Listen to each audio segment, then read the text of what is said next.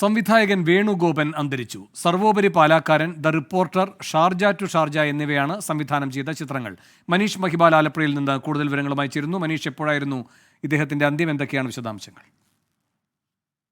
ബാലകൃഷ്ണൻ ഇന്ന് രാവിലെ ചേർത്തല കടക്കരപ്പള്ളിയിലായിരുന്നു, അദ്ദേഹത്തിന്റെ വസതിയിൽ വെച്ചായിരുന്നു. വാർദ്ധക്യ സഹജമായ അസുഖത്താൽ അദ്ദേഹം വീട്ടിൽ തന്നെ ആയിരുന്നു. ഇന്ന് രാവിലെയാണ് അന്ത്യം സംഭവിച്ചിട്ടുള്ളത്.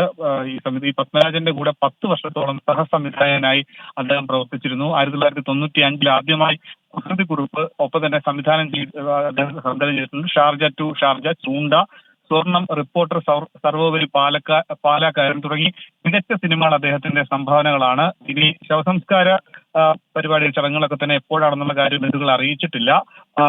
മക്കൾ ഒപ്പം തന്നെ മരുമക്കളൊക്കെ തന്നെ മറ്റു സ്ഥലങ്ങളിലൊക്കെ തന്നെ എത്തേണ്ടതുണ്ട്. ഇന്ന് രാത്രി 8:30 വീട്ടുവളപ്പിലാണെന്നുള്ള വിവരം അറിയിച്ചിട്ടുണ്ട്. പക്ഷേ അന്തിമമായിട്ടുള്ള ഒരു സ്ഥിരീകരണം എപ്പോഴായിരിക്കും ശവസംസ്കാരം എന്ന കാര്യം നിലവിൽ അറിയിപ്പ് വന്നിട്ടില്ല. വേണു ബാലകൃഷ്ണൻ. ശരി, മനീഷ് മഹിബാൽ ആലപ്പുഴയിൽ നിന്ന്.